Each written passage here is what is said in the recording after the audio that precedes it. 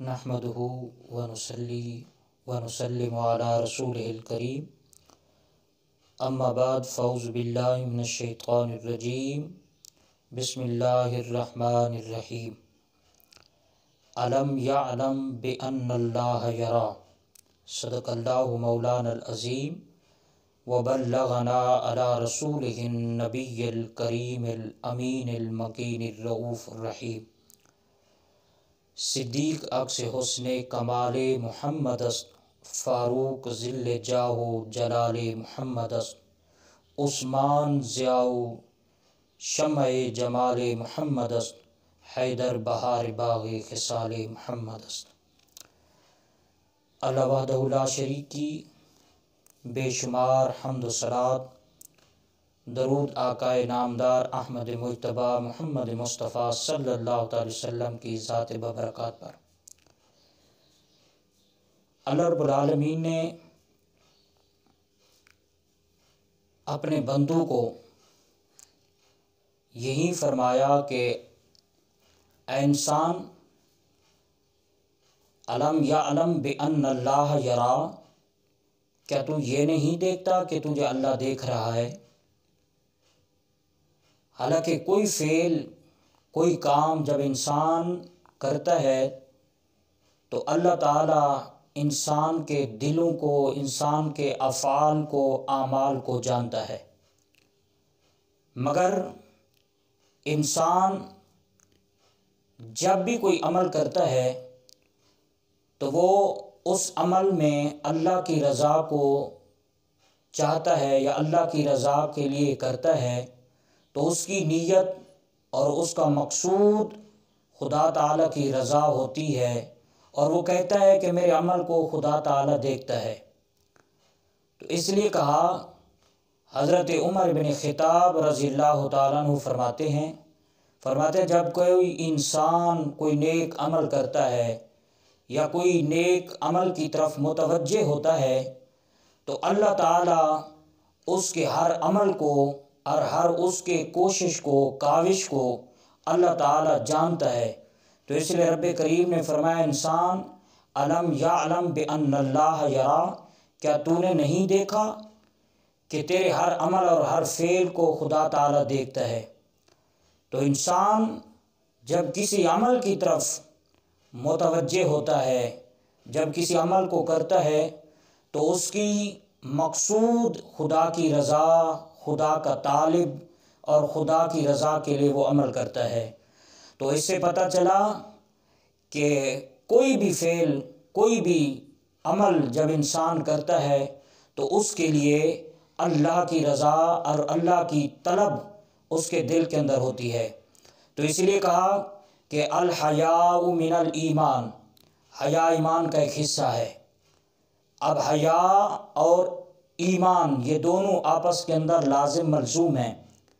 یعنی ایک چیز اگر ہے تو دوسری چیز اس کے ساتھ لازم ہے، اگر ایک چیز نہیں رہی تو دوسری چیز بھی اس کے ساتھ نکل گئی، ختم ہو گئی۔ تو اس لیے کہا الحیاء من الایمان، حیا ایمان کا ایک حصہ ہے۔ جس کے اندر حیا ہے تو اس کے اندر ایمان ہے، اگر حیا نہیں ہے تو اس کے اندر ایمان بھی باقی نہیں ہے۔ تو اس سے پتہ چلا کہ یہ دونوں چیزیں آپس کے اندر لازم اور ملزوم ہیں۔ تو جب حیا انسان کے اندر باقی رہتی ہے تو سمجھیں کہ اس کا ایمان بھی باقی ہے۔ جب انسان کے اندر ایمان ہے، حدیث پاک کے اندر ہے، میرا آقا کریم علیہ الصلوۃ والسلام ایک کنواری لڑکی سے بھی زیادہ حیا کرنے والے تھے۔ تو حضرت مسلم شریف کے اندر حدیث مبارکہ ہے، حضرت ام عائشہ صدیقہ رضی اللہ تعالی عنہا فرماتی ہیں کہ جب میرے آقا کریم کا وصال ہوا اور میں روضہ اطہر کے اندر جاتی تو عام ہی اوڑھنی کے اندر، عام ہی دوپٹے کے اندر چلا جایا کرتی تھی اور روضہ رسول پر حاضری دیا کرتی تھی۔ اور اس کے بعد میرے والد جناب صدیق اکبر رضی اللہ تعالی عنہ کا جب وصال ہوا اور وہ میرے آقا کریم کے روضہ رسول کے ساتھ ہی مدفن ہوئے تو میں جب جایا کرتی تھی تو میں اسی عام ہی اوڑھنی کے اندر، عام ہی دوپٹے کے اندر جایا کرتی تھی۔ اور جب حضرت عمر فاروق کا وصال ہوا اور وہی میرے آقا کریم کے روضہ رسول کے ساتھ مدفن ہوئے تو فرمایا میں اس عام دوپٹے کے اندر اور عام اوڑھنی کے اندر کبھی روضہ رسول میں حاضری نہیں ہوئی، بلکہ میں اپنے آپ کو ایک بڑی چادر کے اندر محفوظ کر کے میں حاضر ہوا کرتی تھی۔ تو اس سے پتہ چلا کہ انسان کے حیا کی ایسی صفت ہے کہ ام عائشہ جس کے بارے میں صحابہ کرام کو اگر کوئی مسئلہ درپیش ہوتا تو حضرت ام عائشہ صدیقہ رضی اللہ تعالی عنہا کے دروازے پر جاتے تو ان سے مسئلہ پوچھتے تھے، تو وہی ام عائشہ جس نے حیا کا ایک پیکر سکھایا، حیا کے بارے کے اندر سکھایا کہ حیا کیا چیز ہے، کہ انسان زندگی کے اندر تو ایک دوسرے سے حیا نہیں کرتا، تو ایک مغربی ممالک نے، مغربی ایشیا نے کہا کہ مسلمانوں سے کسی نہ کسی طریقے سے اسلام کو چھین لیا جائے، مگر انہوں نے کہا کہ اسلام ان سے ڈائریکٹلی اگر ان سے چھینا جائے تو یہ کبھی اسلام چھوڑ نہیں سکتے، مگر انہوں نے ایک سازش کی، انہوں نے ایک پالیسی کھیلی۔ انہوں نے ایک پالیسی کیا کھیلی؟ انہوں نے کہا ان کے اندر ایسی چیز چھوڑ دی جائے، ایسی چیز وضع کر دی جائے جس کو اپنا کر یہ اپنے اسلام کو بھول جائیں اور اپنے اسلام کے دائرے سے نکل جائیں۔ تو انہوں نے ایک دن مقرر کر دیا، معین کر دیا کہ یہ ایک محبت کا دن ہے، یہ ایک محبت کا ایک دن مقرر کر دیا تاکہ لوگ اس محبت کے دن کے اندر محبت کو اجاگر کر کے بے حیائی کو عروج پہ لا کر اسلام اس پستی کے اندر آ کر اور مسلمانوں کا زوال کا حصہ شروع ہو جائے اور مسلمان اسلام کی دولت سے محروم ہو جائیں۔ تو انہوں نے ایک دن مسلمانوں کے لیے مقرر کر دیا جس کو ویلنٹائن ڈے کے نام سے انہوں نے شمار کیا کہ یہ ایسا دن ہے جس میں خوشی کا دن ہے۔ ایک شخص کسی نامحرم کو ایک پھول پکڑاتا ہے، ایک گفٹ پیش کرتا ہے، تو اسی کے بارے کے اندر میرے آقا کریم علیہ الصلوۃ والسلام نے فرمایا اگر کوئی شخص کسی غیر محرم کی طرف نگاہ اٹھائے گا تو اس کی آنکھ کا یہ گناہ ہے، اس کی آنکھ کا ایک جرم ہے جو کسی غیر کی طرف نگاہ اٹھاتا ہے۔ مولانا جلال الدین رومی نے ذکر فرمایا کہ ایک سنار تھا یا ایک زرگر تھا اور وہ اپنی دکان پہ کام کرتا تھا، بڑے زہد و تقوی کے ساتھ، بڑی عبادت کے ساتھ، بڑے اخلاص کے ساتھ، بڑے تقوی کے ساتھ وہ عبادت کرتا رہا، وہ کام کرتا رہا، وہ سوداگر اپنی زندگی کا مراحل گزارتا رہا، مگر وہ بے اولاد تھا، اس کے پاس اولاد نہیں تھی۔ جب اولاد نہیں تھی، اولاد کی بے محرومی کی وجہ سے وہ پیاسا تھا کہ اولاد اسے مل جائے، مگر اس نے ایک بچہ لے کر پال لیا، بے بالغ بچہ لیا، اسے گھر میں پالا، پوسا، بڑا کیا۔ وہ ماں کہنے لگا اور اس زرگر کو باپ کہنے لگا، یہاں تک کہ اس کی حالت اور کیفیت محبت کی اتنا ہو گئی کہ ہر وقت ان کے حکم کی پابندی کرنے لگا اور ہر وقت ان کے احکام کی بجا آوری کرنے لگا۔ کوئی وقت ایسا نہیں ہوتا تھا جب وہ ماں باپ کے خلاف حکم کی عدولی کرے۔ تو آج ہمارے معاشرے کے اندر تو یہ ایک برائی جنم لے چکی ہے کہ جب انسان ماں باپ اسے پالتے ہیں، بڑا کرتے ہیں تو اپنے والدین کے فرمان کو بھول جاتا ہے، تو وہ یہاں تک کہ وہ اپنے والدین کی خدمت کے لیے، اپنے والدین کی خدمت کے لیے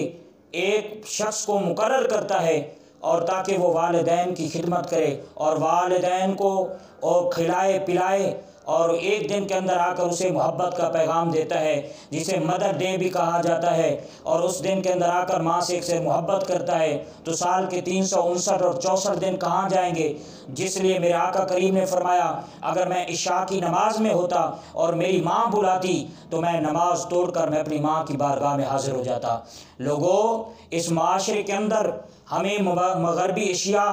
اس دین سے نکالنے کے لیے اتنی خرافات پیدا کر کے ہمارے اندر زوال کا عروج لانا چاہتے ہیں، ہمارے اسلام کو بگاڑنا چاہتے ہیں، ہمارے اندر ایسی چیزیں لا کر ہمارے دلوں کو ان چیزوں سے اور اسلام سے ضد پہنچانا چاہتے ہیں کہ کسی نہ کسی طریقے سے مسلمان اس بے حیائی کو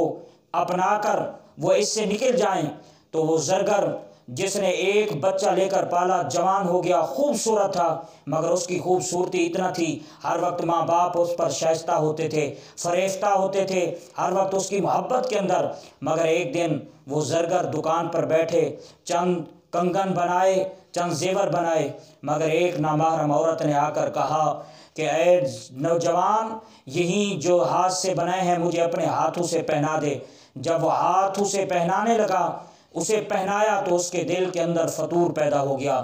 دل کے اندر ایک فتنہ آ گیا، جس فتنے کی وجہ سے جب وہ واپس لوٹا، جب شام کو گھر پہ پہنچا تو دیکھا اس کی بیوی جو ہے دروازے کے ساتھ کھڑی ہو کر رو رہی تھی۔ تو اس نے پوچھا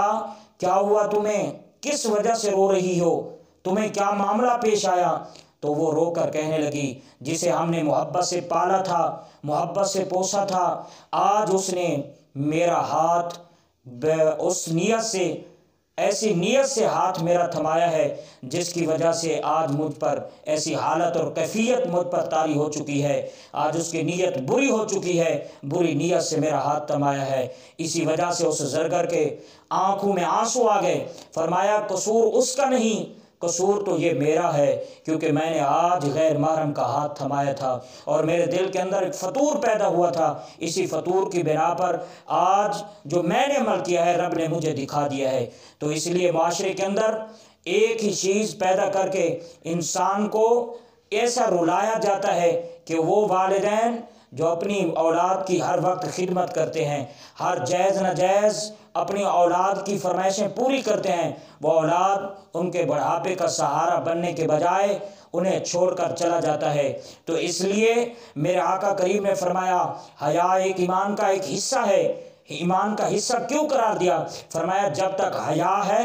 حیا باقی ہے تو ایمان اسلام اس کا باقی ہے۔ تو اس لیے تمام ادیان کے اندر اور ایک چیز خاص ہوتی ہے، مگر دین اسلام کے اندر جو سب سے خاصیت ہے وہ دین کے اندر وہ حیا ہے۔ جب تک حیا باقی ہے وہ اسلام کا پرچم سر بلند ہے، جب بے حیائی عروج پر آئے گی تو اسلام کا نام ختم ہو جائے گا، زوال شروع ہو جائے گا۔ تو اللہ تعالیٰ سے دعا ہے ہمیں بے حیائی سے بچنے کی توفیق نصیب فرمائے اور برے عمل سے بچنے کی توفیق نصیب فرمائے۔